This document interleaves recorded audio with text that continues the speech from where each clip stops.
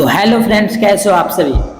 ओम संस्कृताय। आज हम संस्कृत के प्रथम पार्ट से स्टार्ट कर रहे हैं, एकदम बेसिक क्लासेस। तो आप लोग जो है क्लास को पूरा अटेंड करें, ठीक है। इसमें पूरा अटेंड करें और क्लास को छोड़े नहीं। तो इसमें जो है हम क्लास में आपको पूरे के पूरे 500 क्वेश्चन जो है ना ऑब्जेक्टिव कराने वाले, 599 प्लस, यानी आपको मिलेगा। और सिर्फ बुक का नहीं, संस्कृत बुक के साथ हम आपको इसकी बुक के अलावा हम आपको व्याकरण का भी कराने वाले, ठीक है। व्याकरण का भी हम आपको कराने वाले हैं। तो इसलिए आप लोग जो है क्लास को पूरा कीजिए, ठीक है। और क्लास को अगर आप देखते हैं तो आपका एग्जाम बेहतरीन संस्कृत जाएगा। और साथ में साथ हम आपको नोट्स देने वाले, ठीक है। नोट्स देने वाला कहाँ से मिलेगा सर, ये भी क्लास के अंत में बताएंगे। आप लोग क्लास को कीजिए। फर्स्ट चैप्टर मंगलम पाठ से स्टार्ट करेंगे और पूरे अंतिम 14 चैप्टर को देखेंगे। इसके बाद व्याकरण करेंगे। दमदार सीरीज चल रहा है, ठीक है। इससे पहले ऐसे क्लास यूट्यूब पर आपको कहीं नहीं मिलेगा। तो आप लोग जो है क्लास को पूरा कीजिए। चलिए ज्यादा समय ना लेते हुए क्लास को स्टार्ट करते हैं। और क्लास को स्टार्ट करने से पहले आप लोग अगर हमारे चैनल को सब्सक्राइब नहीं किए तो भाई चैनल को सब्सक्राइब कर लो। यहाँ पर सब्सक्राइब कर दिया होगा, सब्सक्राइब कर लो, वीडियो को लाइक कर दो और वीडियो को आगे शेयर कर दो, ठीक है। तो क्लास को स्टार्ट करते हैं ज्यादा समय ना लेते हुए। मंगलम पाठ में कैसे मंत्र संकलित हैं। फर्स्ट क्वेश्चन है कि मंगलम पाठ में कैसे संकलित हैं। तो मंगलम पाठ में पदात्मक क्या है, मंत्र संकलित हैं। चलिए नेक्स्ट क्वेश्चन।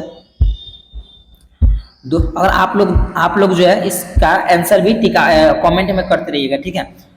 मंगलम पाठस्य रचनाकार कह अस्ति, यानी मंगलम पाठ के रचनाकार कौन है। तो महर्षि वेदव्यास। महर्षि वेदव्यास मंगलम पाठ के क्या है, रचनाकार है। हम बहुत ही स्पीड में करेंगे, इसलिए करेंगे क्योंकि हमारा समय आज से एग्जाम का डेट भी निकल गया, 18 फरवरी, ठीक है। 18 फरवरी से हमारा क्या होगा, एग्जाम स्टार्ट होगा।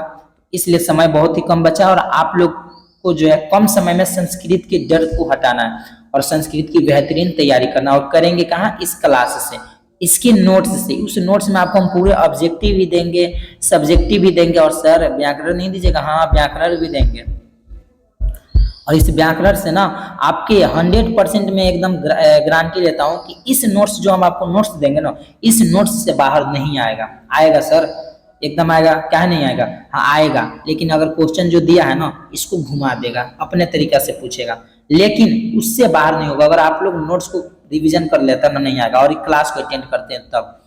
तो आप लोग क्लास को अटेंड कीजिए। और वीडियो कैसा लग रहा है भाई कमेंट में बताओ ना। आंसर टिक आउट करते जाओ टिक आउट आंसर, ठीक है। चलो हाँ, जब आप हमारे नोट्स को पढ़िएगा तो आपको यकीन हो जाएगा कि सर आप सच में कह रहे थे। आप इस क्लास को कीजिए।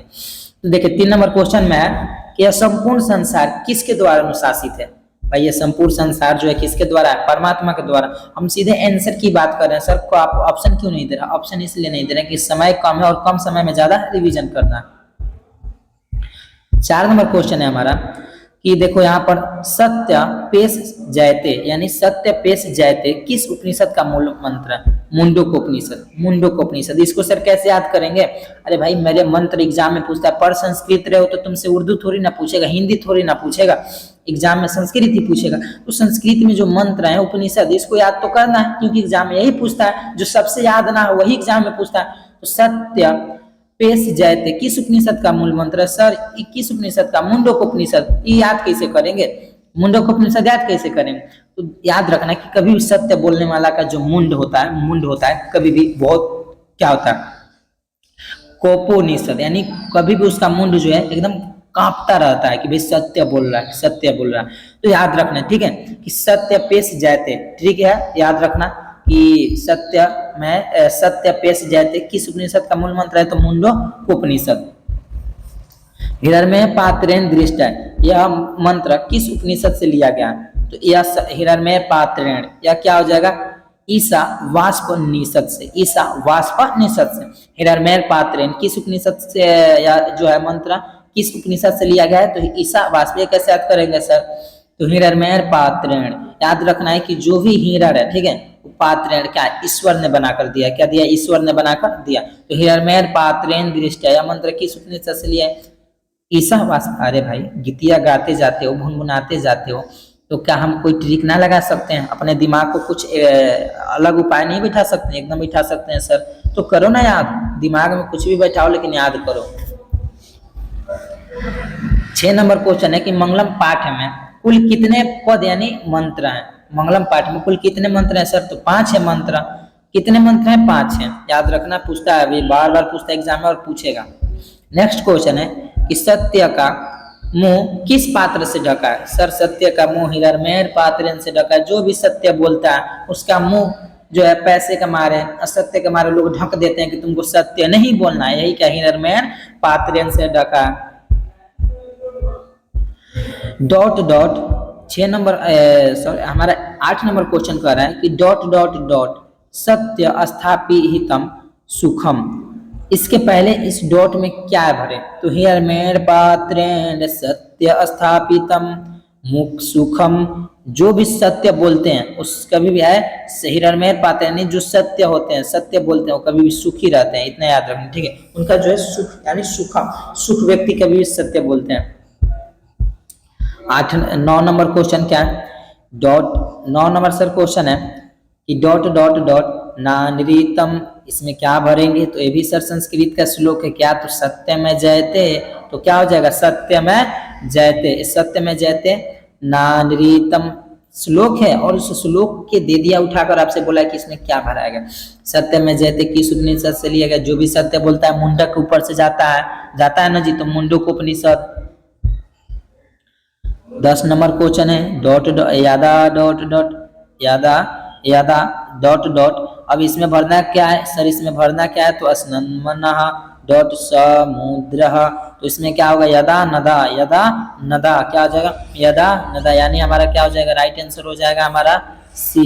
क्या हो जाएगा? सी नदा। क्या हो जाएगा? यहाँ पर हम लोग क्या भरेंगे? तो नदा, ठीक है, नदा, ठीक है, क्या भरेंगे? नदा। चलिए सर नेक्स्ट क्वेश्चन क्या है? 11 नंबर हमारा क्वेश्चन कर रहा है कि मंगलम पाठ कहाँ से संकलित है? तो उपनिषद से। मंगलम पाठ कहाँ से संकलित है? उपनिषद से। वीडियो बार बार देखो, एक चैप्टर को हेडफोन लगा लो, नहीं समय मिला तो हेडफोन लगाओ, वीडियो को सुनो, सुनने से भी याद हो जाएगा, ठीक है। बाकी समय मिल रहा है तो इसको देखो वीडियो को, और एक बार नहीं 2 बार 3 बार रिवीजन करो। देखो 2 बार 3 बार वीडियो को रिवाइज करके देखो, और नहीं हो रहा है तो सर नोट्स दे दीजिएगा। सर नोट्स देंगे हम आपको, क्यों टेंशन ले रहे हो बाबू? बस आप क्लास को पूरा कीजिए, हम आपको क्लास के अंत में बताएंगे कि नोट्स आपको कहाँ से मिलेगा, ठीक है। और उन्यान महत्व महियान महत्तम, इसमें आपको डॉट डॉट में भरना है कि यह मंत्र किस उपनिषद से संग्रहित है। तो यह मंत्र किस उपनिषद से है सर? तो कठोपनिषद से मंत्र लिया गया। 13 नंबर क्वेश्चन है कि नदियां नाम और रूप छोड़कर किस में मिल जाती है? तो समुद्र में मिल जाती है। याद करने वाले यार रिवीजन करो। महान से भी महान क्या है सर? महान से महान क्या? आत्मा है। ये सब छोटा छोटा क्वेश्चन एग्जाम में पूछता है, ठीक है। तो हमारा फर्स्ट अध्याय क्या हुआ? खत्म हुआ, और अब हम हेलेंगे क्या? तो द्वितीय अध्याय में, कितने? द्वितीय पाठ में। और इस पाठ में अब हम पाटलिपुत्र के सारे क्वेश्चंस करेंगे। फर्स्ट अध्याय खत्म, एक दिन में हम 2 अध्याय करेंगे, और 14 अध्याय को हमने 7 दिन में पूरा क्या करेंगे? खत्म, ठीक है। Bye bye tata. तो आप लोग जो है क्लास को पूरा कीजिए। तो चलिए अब नेक्स्ट पाटलिपुत्र वैभव। इसमें क्वेश्चन फर्स्ट क्वेश्चन हमारा है कि किसके काल में पाटलिपुत्र की रक्षा व्यवस्था उत्कृष्ट थी? तो चंद्रगुप्त मौर्य के काल में। नेक्स्ट क्वेश्चन है कि बुद्ध काल में पाटलिपुत्र नगर का नाम क्या था? तो पाटली नगर था, ठीक है। नेक्स्ट क्वेश्चन है कि गांधी सेतु कहाँ है? गांधी सेतु कहाँ है? तो पाटलिपुत्र नगर है, पाटलिपुत्र में, ठीक है। पाटलिपुत्र के नगर में गांधी सेतु है। 4 नंबर क्वेश्चन है कि पटना नगर की पालिका देवी कौन है? तो पटन देवी है। पटना के नगर की पालिका देवी कौन है? तो पटन देवी है। 5 नंबर क्वेश्चन बोल रहा है कि कूटनीतिम काव्य की रचनाकार कौन ने की? तो कटुनित काव्य की रचनाकार दामोदर गुप्त ने की। किसने की? दामोदर गुप्त ने की। सर 6 नंबर क्वेश्चन क्या होगा? तो 6 नंबर क्वेश्चन होगा किस महापुरुष का जन्म स्थान पाटलिपुत्र में? किस महापुरुष का, ठीक है, किस महापुरुष का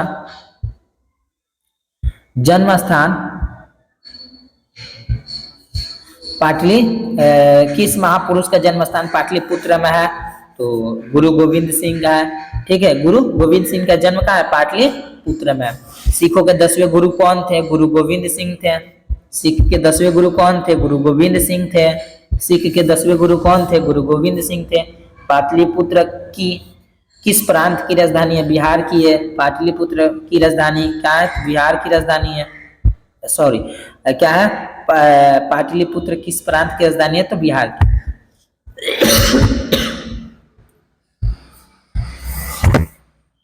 दामोदर गुप्त ने किस काव्य की रचना की? कूटनीतम की। दामोदर गुप्त ने किस काव्य की रचना की? कूटनीतम की। काव्य मीमांस नामक ग्रंथ किसने लिखी? राजशेखर ने लिखी। काव्य मीमांस नामक ग्रंथ किसने लिखी? राजशेखर ने लिखी।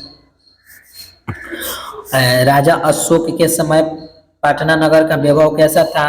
तो समृद्धम था। क्या था? समृद्धम था, यानी समृद्धि था, उन्नति था। राजा अशोक के समय पटना नगर का वैभव कैसा था?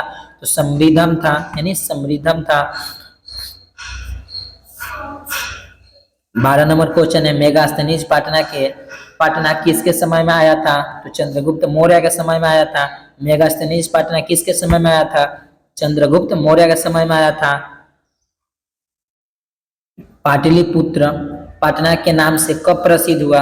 मध्यकाल में। पाटलिपुत्र पटना के नाम से कब प्रसिद्ध हुआ? मध्यकाल में। नेक्स्ट क्वेश्चन है कि पाटल पुष्पों की पुतलिका रचना के आधार पर पटना का कौन सा नाम है? तो पाटलिपुत्र, यानी पाटल पुष्पों के पुतलिका के रचने के आधार पर क्या पर पटना का नाम पड़ता है, और किसके नाम पर है? तो ये भी क्वेश्चन बहुत मोस्ट इंपोर्टेंट है और एग्जाम में बार बार पूछता है। ठीक है, पटना का इतिहास कितना पुराना है? तो 2500 वर्ष पुराना है। यूनान का राजदूत कौन था? तो यूनान का राजदूत मेगास्थनीज का। यूनान का राजदूत कौन था? तो यूनान का राजदूत मेगास्थनीज था। कौमुदी महोत्सव किस ऋतु में मनाया जाता है? तो शरद ऋतु में मनाया जाता है। कौमुदी महोत्सव किस ऋतु में मनाया जाता है? शरद ऋतु में मनाया जाता है। पटना नगर की पालिका देवी कौन है? तो पटन देवी है। पटना नगर की पालिका देवी कौन है? तो पटन देवी है। बिहार के किस नगर में गोलघर है? तो पाटलिपुत्र में। बिहार के किस नगर में गोलघर है? तो पाटलिपुत्र है। बिहार के किस नगर में गोलघर है? तो पाटलिपुत्र में है। गुरु गोविंद सिंह का जन्म स्थान कहाँ है? तो पाटलिपुत्र में है। गुरु गोविंद सिंह का जन्म स्थान कहाँ है? तो पाटलिपुत्र में है। गुरु गोविंद सिंह का जन्म स्थान कहाँ है? तो पाटलिपुत्र में। परिभूत पुरंद स्थानम किस संज्ञा की संज्ञा दी गई है? तो पाटली नगर को दी गई है। ठीक है, सरस्वती का कुलगिरी कौन सा महानगर है? तो पाटलिपुत्र है। सरस्वती का कुलगिरी कौन सा महानगर है? तो पाटलिपुत्र है। पाटलिपुत्र है। नेक्स्ट क्वेश्चन 23 नंबर है कि पाटलिपुत्र नगर प्रसिद्ध ... अस्ति, यानी पाटलिपुत्र नगर किससे प्रसिद्ध है? तो गोल गृहम से, यानी गोल घर से। कौमुदी महोत्सव ... अतीव प्रचलित, यानी कौमुदी महोत्सव किसके अथी में मनाया जाता है? तो गुप्त शासक काल के समय में मनाया जाता है और प्रचलित है। ठीक है, नेक्स्ट क्वेश्चन है 25 नंबर कि पाटलिपुत्र वैभव पाठ में किस शहर का वर्णन है? तो पटना का वर्णन है। पाटलिपुत्र वैभव पाठ में किस शहर का वर्णन है? तो पटना का। काल चक्र के कारण कितने वर्ष तक महाकाल में मध्यकाल में पटना की स्थिति जर्जर रही? माने काल चक्र के कारण कितने वर्ष तक मध्यकाल में पटना की स्थिति जर्जर रही? तो 1000 वर्ष तक। कितना हो जाएगा? 1000 वर्ष तक। 26 नंबर क्वेश्चन, चलिए अब खत्म हो गया। अब हमारा क्या हुआ क्वेश्चन है, यानी हमने आज 2 अध्याय का संस्कृत का किया, जिसमें हमने टोटल आज 50 प्लस क्वेश्चन किए। ठीक है, और 50 प्लस क्वेश्चन जो है हमारे एग्जाम आएगा। सर ये बताए ना नोट्स कहाँ से मिलेगा? आपको क्या करना, आपको इस नंबर पर मैसेज करना। ठीक है, 82 928 41 263। ठीक है, 263 क्या है सर? तो 8292841263। अगर आप पूरे वीडियो को देखे होंगे तो आपको मिलेगा। ठीक है, तो आप जो है इस नंबर पर व्हाट्सएप मैसेज कीजिए और मैसेज के साथ आप हमारा एक कोड जरूर लिखिएगा यूट्यूब का, ठीक है। यूट्यूब का लिखिएगा हमारा कोड, तब हमको पता चलेगा कि आपने यूट्यूब का पूरा वीडियो देखा, ठीक है। BSP123, ठीक है। अगर आप ये कोड लिखकर हमको भेजते हैं तो हम आपको जो है नोट्स जो है भेज देंगे, ठीक है। अगर आप ये कोड नहीं लिखकर भेजिएगा तो हम आपको नहीं भेजेंगे, हमको पता नहीं चलेगा कि आप यूट्यूब पर क्लास पूरा करते हैं। तो मिलते हैं फिर नेक्स्ट वीडियो में, ठीक है। नोट्स कहाँ मिलेगा, डिस्क्रिप्शन में भी आपको नंबर दिख जाएगा, वहां से भी आप कांटेक्ट कर सकते हैं। मिलते हैं फिर अगली वीडियो में संस्कृत के क्लास के साथ, तब तक के लिए ओम संस्कृताय। क्या आप भी क्लास 10th संस्कृत पेपर से हैं परेशान, एग्जाम हो गया है नजदीक, तो आप घबराइए मत। हम आपके लिए लेकर आए हैं संस्कृत का मास्टर नोट, जो आपको देगा। इस नोट्स में पूरे संस्कृत की निचोड़, ऑब्जेक्टिव, सब्जेक्टिव, पूरे संस्कृत व्याकरण का क्वेश्चन जो आपको मिलेंगे मात्र 49 रुपीज में। 2025 बोर्ड एग्जाम के लिए ये नोट्स आपका एक रामबाण साबित होगा। और हमने भी ये नोट्स लिए हैं। पहले हमको भी बहुत प्रॉब्लम होती थी संस्कृत पढ़ने में। इनको भी पहले संस्कृत पढ़ने में बहुत ज्यादा दिक्कत होती थी और संस्कृत में इनको टेंशन था कि एग्जाम हम कैसे मार्क्स स्कोर करेंगे। अब आपको संस्कृत में डर नहीं लगता है ना? नहीं। अभी